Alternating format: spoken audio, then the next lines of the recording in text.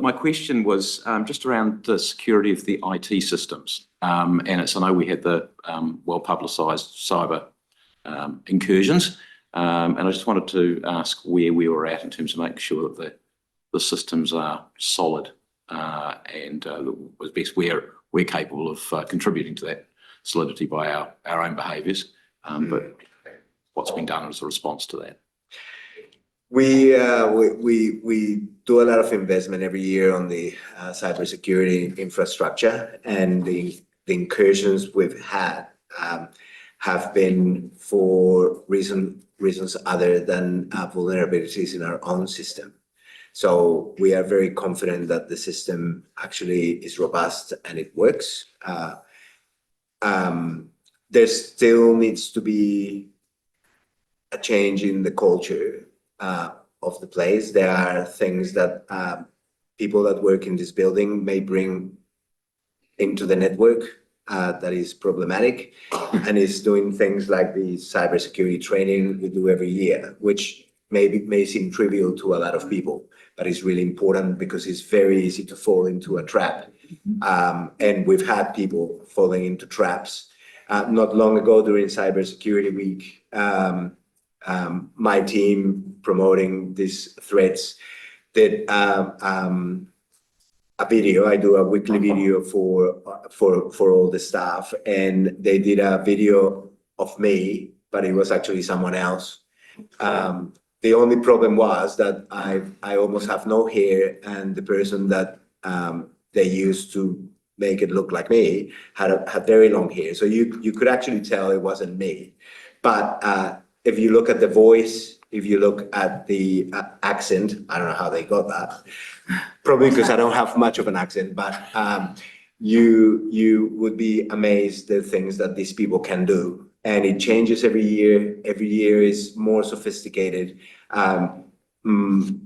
My CFO, Jade, received an email from someone portraying to be me. No, it wasn't Jade. It was someone else.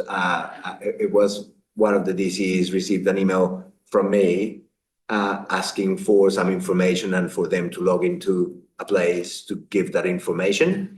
And it looked very legitimate. It was my email address from here.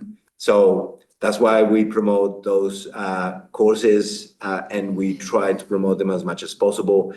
Both David and I are pretty strong with the Parliamentary Service corporate staff and the also the clerk staff. That it has to be mandatory that they do those training courses, but we really do need, if you're asking what we can do to keep it safe, we really do need everybody to participate. So what I'm hearing is it's more a behavioural thing than a software and systemic thing. It is. Yeah. It is. It's engaging with the cybersecurity team when people travel overseas to let them know so that they can get the proper advice on what to do, whether they need a different phone, whether they shouldn't take their laptop with them.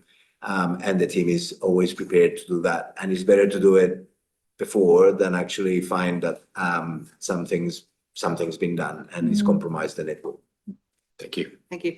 Cindy, you've been Thank you. Oh, well, and apologies for being a few moments late. I was in the house. At last, I got a call. I really wanted to say, first of all, before I ask questions in one area, just really appreciate how the committees work, how helpful people are to those of us inside the house, and we could put a big pedestal and put the library staff that answer our questions on probably at the top of that. And Hansard is pretty good at interpreting. I've got a different accent too, so I appreciate that they can understand me usually anyway. But I wanted to come on to the issue of engagement with the wider public. And in my role as chair of the MP Engagement Committee, we were pleased to receive a piece of research that had been done, I think, August last year, about, what's it called again? I'll give it its correct title. New Zealanders' experiences of making a submission to a parliamentary select committee. And first of all, I congratulate you on asking for that piece of research, but I haven't really seen what we're going to do about it. And again, the submitters, to summarise, I would say they felt that when they were contacted by staff, they were very helpful and friendly and flexible, but they found the whole process somewhat formal, lacking in tikanga Māori, and Eurocentric, and particularly that they didn't get subsequent feedback.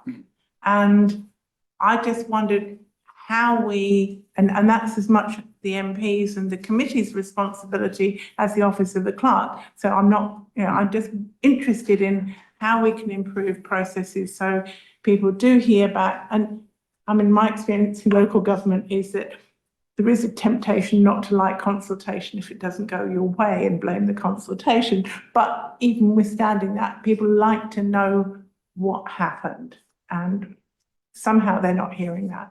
So Yeah, over to you. Yeah, and so thank you. The research like this and others that we've done on public attitudes to Parliament in the past really do help feed in and inform the strategy we use about public engagement. And I've mentioned to the committee before, we haven't been able to do that other market research because we've had to cut some of our spending to fit within the budget. So it was good to be able to do this piece of work. And one of the challenges obviously there is that the things that happen in select committee are ultimately published and talked about and televised and live streamed, and they're in the news, and yet that is not reaching people to a sufficient degree. And my feeling is that they probably want more personal feedback than that.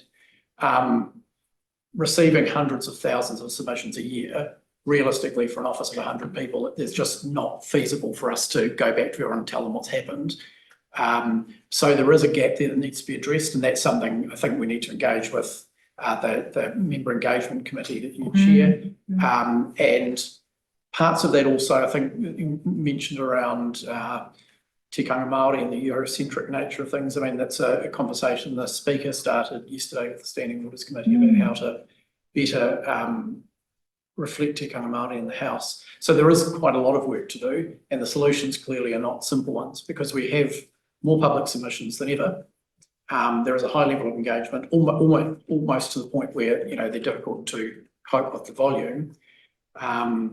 Particularly, I think, for select committees because there is no more time. If you receive 100,000 submissions, you've still only got the same amount of time to deal with them as if you receive 10,000. So these things do need a rethink, and I don't have an immediate answer to what we do. I think it's probably complex and has a lot of facets to it.